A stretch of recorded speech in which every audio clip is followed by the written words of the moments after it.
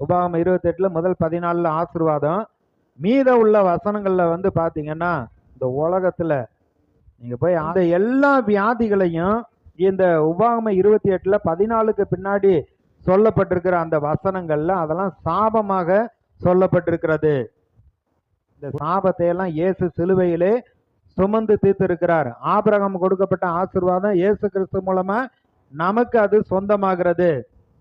அதனால வியாதியின் அறிகுறி வர்றப்ப, குடும்பத்துல சமாதானம் கட்டுறப்ப, இல்ல உங்களுக்கு வர வேண்டிய நன்மைகள் வராமல் இருக்கிறப்ப, நீங்க கர்த்தருடைய வாக்குத்தத்த வசனத்தை எடுத்து விசுவாசித்து அதைத்தான் நம்முடைய மனதிலே வைக்க வேண்டும். அதைத்தான் ஆண்டவரே நீ இதெல்லாம் நிறைவேற்ற போகிறீன்னு ஆண்டவருக்கு நன்றி சொல்லுகிறவர்களாய் இருக்க வேண்டும்.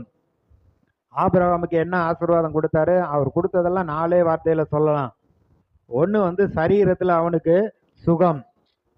2வது பொருளாதார ஆசீர்வாதம். ஆடு மாடு வேலைக்காரங்கள்லாம் பெருகினாங்க, வெள்ளியும் பொண்ணும் பெருகினது. 3வது வந்து பாத்தீங்கன்னா, அவன் எதிரிகளை எளிதிலே வெற்றி எடுத்தான்.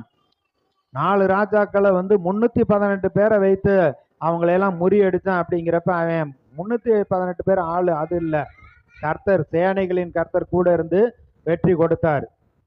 அடுத்து வந்து பாத்தீங்கன்னா, ஆபிரகாமுக்கு சமுதாயத்துல அவனுக்கு வந்து ஒரு மேலான மதிப்பு மரியாதை உண்டாகும்படியா, உன்னை ஜாதிகள்ல மேன்மையா வைப்பேன், உன்னை ஆசீர்வதிப்பேன், நீ ஆசீர்வாதமா இருப்பாய். இந்த 4 காரியங்கள் இதெல்லாம் வந்து இயேசு கிறிஸ்து மூலமாக இன்றைக்கு ரட்சிக்கப்பட்ட நமக்கு இதைத்தான் ஆண்டவர் வைத்து இருக்கிறார். இப்ப நான் சொன்னது மாதிரி, அதாவது வந்து